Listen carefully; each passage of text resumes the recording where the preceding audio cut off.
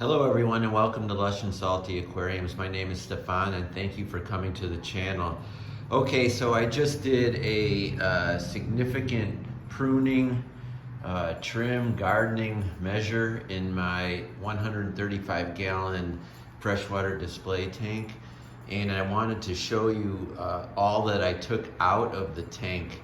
It was just becoming so overrun with some fairly wonderful plants, right? And I was super hesitant to pull them. I hate cutting flowers. I hate taking anything but weeds and undesirables out of any sort of garden, be it outside or in my aquariums. And so I let this go for some time, but it had to be done.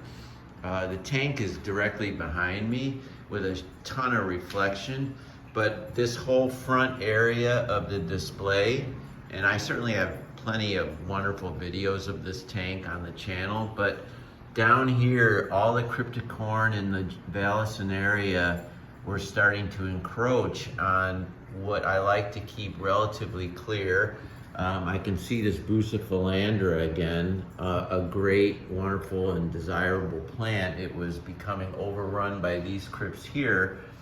That is literally less than half of what was in this section, and all the way up and into the corners, and you see the roots sticking out of where I did some pulling of Vallisneria, and there's cryptocorn balansae, which is really a wonderful plant. I love it.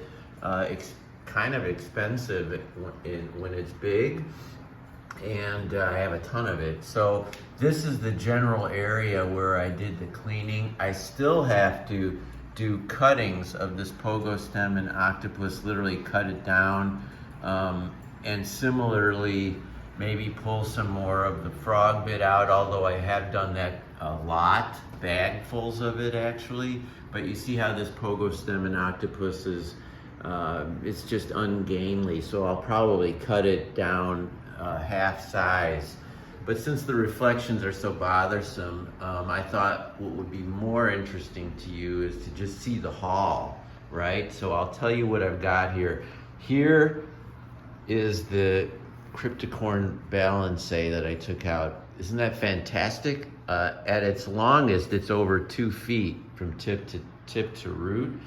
Here are some cryptocorn. I believe this is Wendete, the green and the purple or the red. There's about 10 plants in here, gorgeous plants. And look at this. I forget the name of this crypt, but look at that. Are you kidding? Just one of these, and this is about 3, but just one would make an outstanding centerpiece in a 20-gallon tank. So, and then moving over, this is corkscrew vale. Look at that, it's perfect, super healthy, no algae, no snails, nice white roots. I gotta use some of this in another tank. But only one tank can handle the leopard vale when it's at 3 feet length. So what I'm probably gonna do with these wonderful plants is, since I'm not in the business of selling online or anything like that, I'll take them to one of 2 local fish stores in my area that has interest in making trades, bartering if you will, and we'll strike some sort of a deal. And of course they're gonna benefit tremendously because I'm not in it for money. I'd love to take home maybe a few fish, something for my mother. She has a new aquarium. I can always take a few otocinclus or nerite snails, you know. Those are easy to place in even heavily populated tanks without upsetting the bioload. So stuff like that, that's what I do. So I went in with my hand and just reached down to the rootstock and pulled these out one at a time. There was some collateral damage. Unfortunately, I'll show you, this is stuff that won't make it, leaves that excuse me. This is a perfectly wonderful crypt, but there's not any rootstock left. This is very precarious. You could try to plant it, and I'm sure it would melt. I'm sure it would have problems. It's possible, but I don't think it's something I want to bring to the pet store. I could bulk the bag with it and just make it look like I have more, but that's unethical. So here's some leaves that I maybe snapped off when I was trying to pull the plant incorrectly. And here's some excess roots, the white stuff. Obviously, when you have a really long root, you can easily just like pop it off. I said easy, but because that's what whoever's going to use these plants, that's what they're going to do anyway.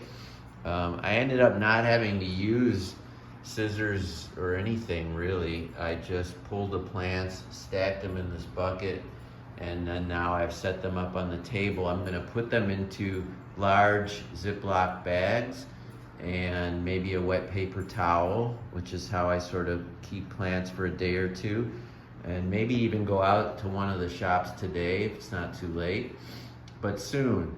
But I wanted to share that with you. Such a wonderful haul, right? This is the first significant haul of root-borne plants that I've taken from the display over here. I clean the frog bit and the water lettuce every week, but that was the first time I actually went in and took out these desirable crypts in Vallisneria and wanted to share it with you.